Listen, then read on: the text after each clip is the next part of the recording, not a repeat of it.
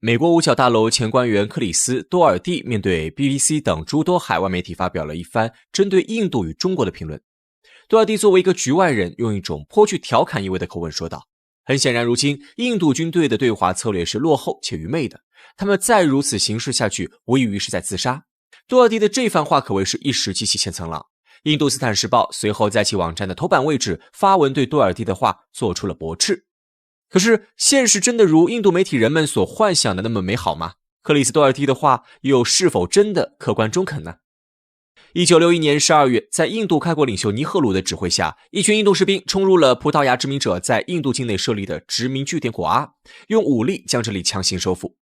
收复故地的消息传到了印度的首都新德里后，无数的印度民众走上街头，欢呼着庆祝这个来之不易的战果。此时的尼赫鲁沉浸在印度民众的欢呼当中，觉得自己仿佛充满了力量，于是他将自己的目光转向了位于印度东北部的中国。在英国殖民印度的时期，英国人一直希望翻越喜马拉雅山占领青藏高原，从而对中国内地形成一种威慑的态势。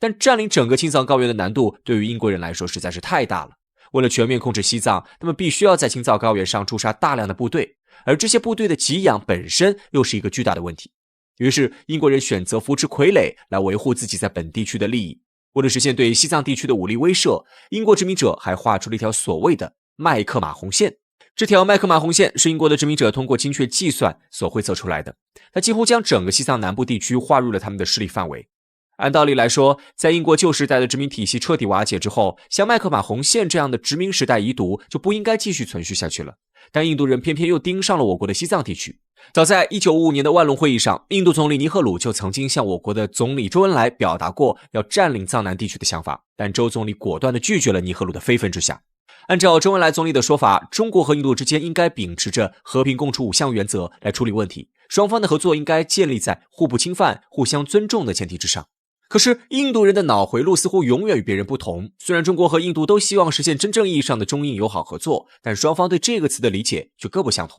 中国人认为，当时我国的主要外部压力来自于美国等西方国家，因此我国和印度应该摒弃争端，开展更加务实的合作，共同应对来自西方各国的挑战和风险。但印度人却认为，所谓的中印友好应该是中国方面对印度做出让步，既然中国将印度视为朋友，就应该在西藏让出几个山头，以帮助印度政府稳定国内的局势。所以双方从一开始的时候就对于中印友好有着理解上的偏差。在看到中国并不打算让出领土之后，印度总理尼赫鲁居然不自量力的下令让印军对中国发起了进攻，于是一场对现代印度影响深远的边境战争就此爆发了。时至今日，发生在1962年的中印边境战争都是印度人和印度政府坚决不愿提起的一段往事。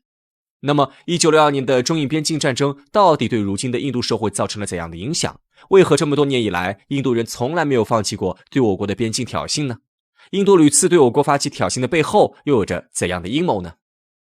？1962年9月，印度军队从麦克马洪线的东段越过了中印边境，开始对我国的领土进行蚕食式的侵略。起初，我国的边防部队保持了非常克制的态度，只是将印度军队挡在一片隔离区域中，尽可能的避免双方军队之间的冲突。在印军入侵之后，我国的领导人集体陷入了一种茫然的状态，大家实在是不明白印度人为什么要入侵我国的领土。不过事态紧急，中国人民解放军必须立刻对此做出回应。4月17日，中央军委做出了全歼入侵印军的决定，中印边境战争正式打响。随后，我国驻新疆、西藏的解放军以迅雷不及掩耳之势向印军靠拢，对他们实施打击。中国军队正式开始对印军的反击之后，印度人明显招架不住。其实，印度的士兵大多是一些在殖民时代为英国人打工的伪军，其中大多数的人甚至都没有上过战场。而与他们对峙的中国人民解放军则大多是身经百战的老兵。因此，从中印战争开始之后，世界各国的军事观察家就做了一个合情合理的推断，这场战争必将以印度的惨败而告终。果然，在双方仅仅交战1个多月之后，印度军队就已经被打得落花流水了。在我军极度克制的追击之下，印度军队还是在逃跑的过程当中溃不成军。一些印度士兵甚至误入了我方的阵地，立刻被我军的战士俘虏。这些俘虏在亲眼见到了解放军优待战俘的政策之后，纷纷要求留在中国。但我国不想引起进一步的外交争端和军事冲突，因此我们还是委婉地拒绝了这些人的请求。早在正式反击开始之前，中央军委和毛主席就对这场边境战争做出过明确的指示。军委要求前线的各个部队尽量保持克制，不要扩大战争的范围，将印度军队赶出去即可。在被解放军打败之后，一些印度兵撤回到国内，他们甚至传出了谣言，称中国军队不日即将抵达新德里城下。一些当地的富人和地主听到这个谣言之后，纷纷带着家眷逃往了英国。但最后他们所担心的事情还是没有发生。中国人民解放军不仅没有打到新德里的外围，甚至在胜利之后还直接撤军了。我国这么做是为了在外交上争取更多的空间，同时也是为了向印度政府高层释放出友善的信号。我国的一些行为在一些印度官员看来却是惧怕他们的表现，因此尼赫鲁和他的手下们在印度国内极力制造舆论，试图掩盖印度军队在前线惨败的事实。不过像这样的掩耳盗铃的把戏是维持不了多久的。时至今日，我国依旧牢牢控制着阿克塞钦等中印边境上重要的地区。同时，我国对亚东线等一系列边境城市进行了重点建设，这样的做法无疑是在印度人的眼皮子底下插上了一根钉子。即便是印度人嘴硬，拒不承认当年失败的事实，如今青藏高原沿线地区的格局是谁也无法否认的。2023年3月，已经从工作岗位上退休了的美国五角大楼前官员克里斯·多尔蒂在各大国际媒体前面说出了大家的真实想法。多尔蒂坦率地告诉各国记者，印度现有的军事实力仅仅只是能够维持其在南亚的军事优势，如果他们贸然与中国军队爆发冲突，这样的结果无异于自杀。不过多尔蒂在做出这个论断之后，并没有就这个观点继续增加解释，以至于一时之间这个话题成为了各大印度媒体争相讨论的一个时事热点。那么中国军队目前在青藏高原地区的训练与发展到底如何呢？多尔蒂在媒体面前这些话的根据又到底是什么呢？印度军队又是否真的有勇气再对新中国发动一次侵略战争呢？印度确实已经不是70年前的印度，但中国也已经不是70年前的中国了。70年来，我国的军事实力已经发生了翻天覆地的变化。不得不说，印度的媒体人用所谓的补给问题来衡量中国与印度军队之间的实力，是典型的坐井观天。事实上，一直被后勤问题所困扰的不是中国解放军，而恰恰是印度人自己。早在1962年中印边境战争的时候，印度军队就在翻越喜马拉雅山的时候出现了许多的非战斗舰员。相比之下，我军的后勤补给一直都非常到位。为了避免补给线被拉得过长，我军一直有意的在控制攻击的速度。后来我军在取得胜利之后，迅速从边境地区撤退，也是考虑到补给线的问题。对于解放军的同志们来说，每一个战士的生命都是极其宝贵的，绝不能拿战士的性命去冒险。但在几次的边境冲突当中，印度人为了达成自己的目的，往往会不择手段。根据一名退役的印度军官回忆，他在中印边境驻扎期间就经常接受一些非常极端的训练。印度军队的长官告诉士兵们，一旦印度政府下达了占领青藏高原的命令，他们就要不惜一切代价占领目标区域，而印度军队的补给根本无法维持如此高难度、大规模的战斗。仅仅是在2015年的93大阅兵当中，人们就看到了中国人民解放军的多种后勤补给装备。这些后勤补给装备不仅能够适应各种各样的地形，保证在任何情况下都能让我们的战士吃上热腾腾的饭菜，还能为战士们提供洗衣服务。另外，从武器装备和军队的作战能力上来看，印度军队与中国军队也完全不在一个档次上。我国的阅兵仪式上屡次展示的东风 21D 导弹，因为其超高的曝光度，早就引来了各大国际媒体的关注。这款导弹的射程可以达到惊人的3000公里，在中国的军迷们戏称为航母杀手。也正是因为有了这样的大杀器，近些年来美军的挑衅行为才逐渐减少了。而从我国的亚东线到印度的首都新德里，也不过只有300公里的距离。要知道，印度整个国家的南北跨度也不过才3100多公里。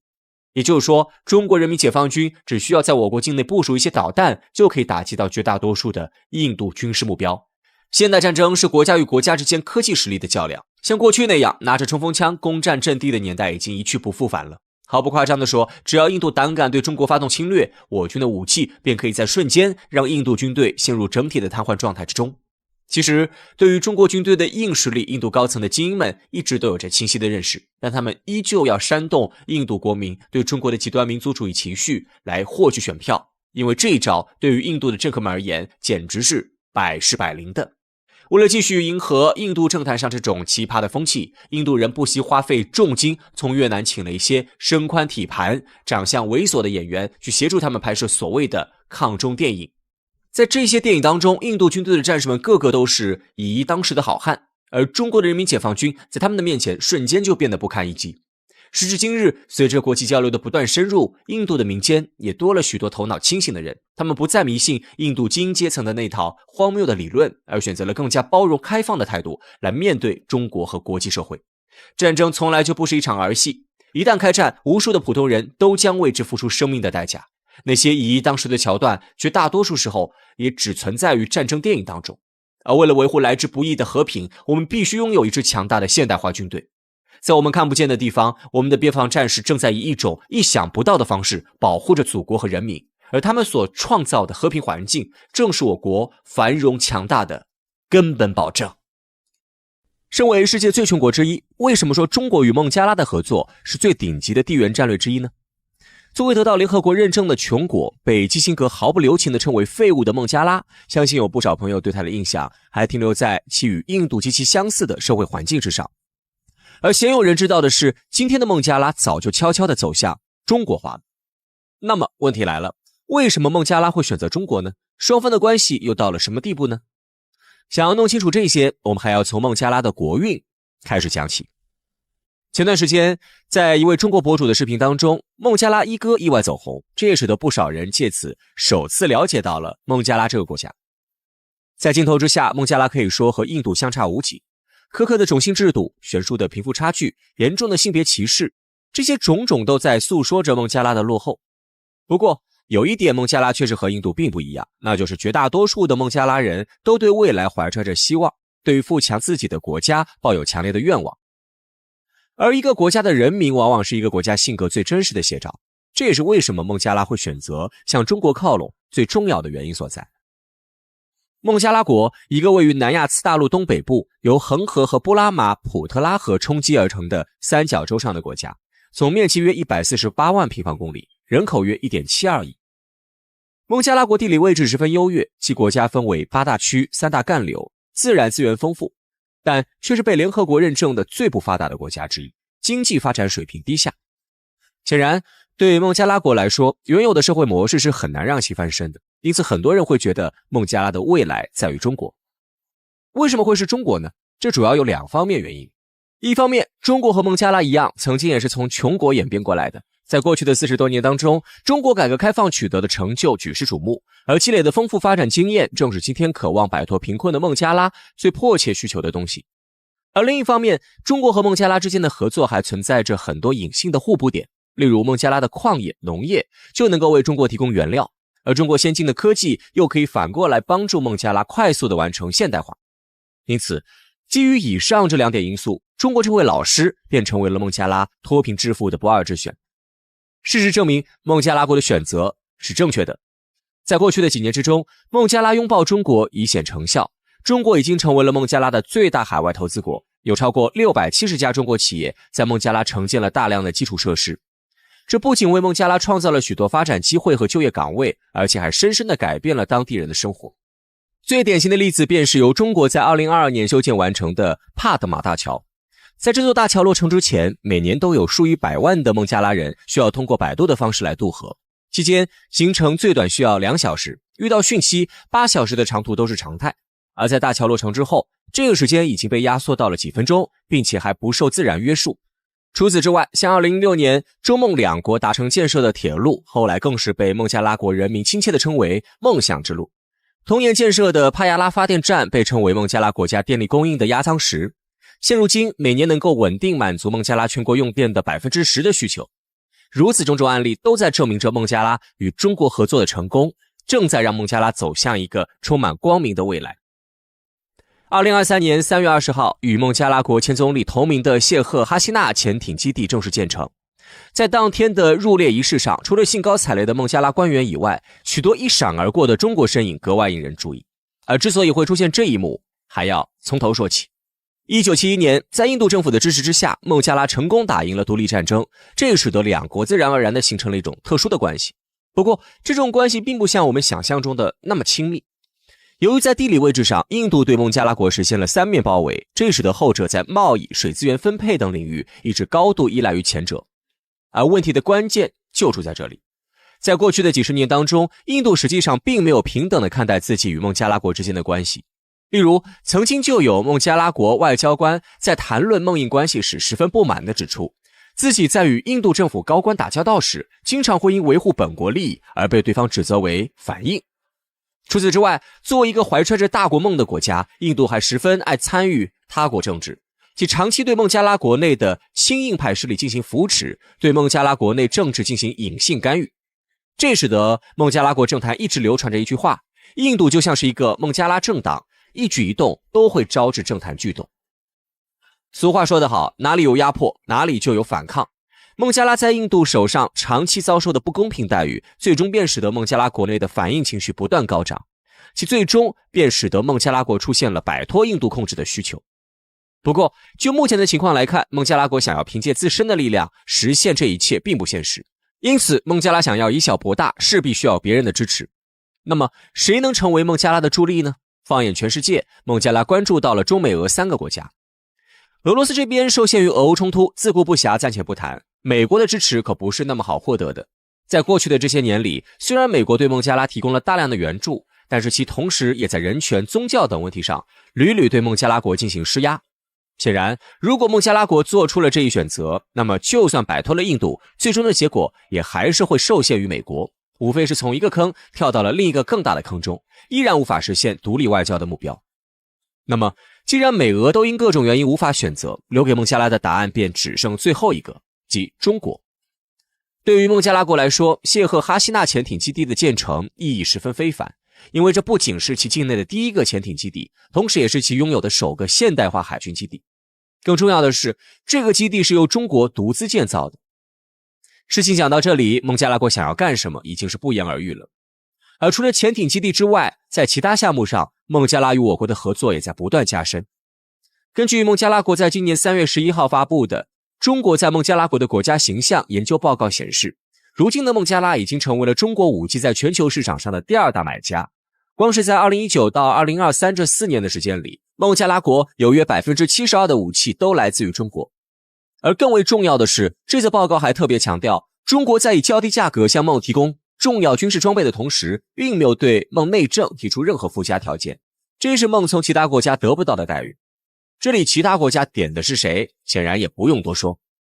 当然，话又说回来了，正如我们一直强调的那样，中国与其他国家的合作从来不特意的针对第三方。中国与孟加拉的一系列联系只不过是恰到好处，孟加拉国需要，而我们刚好有罢了。如果非要有人误解，那只能说这个人心里有鬼，不然怕什么呢？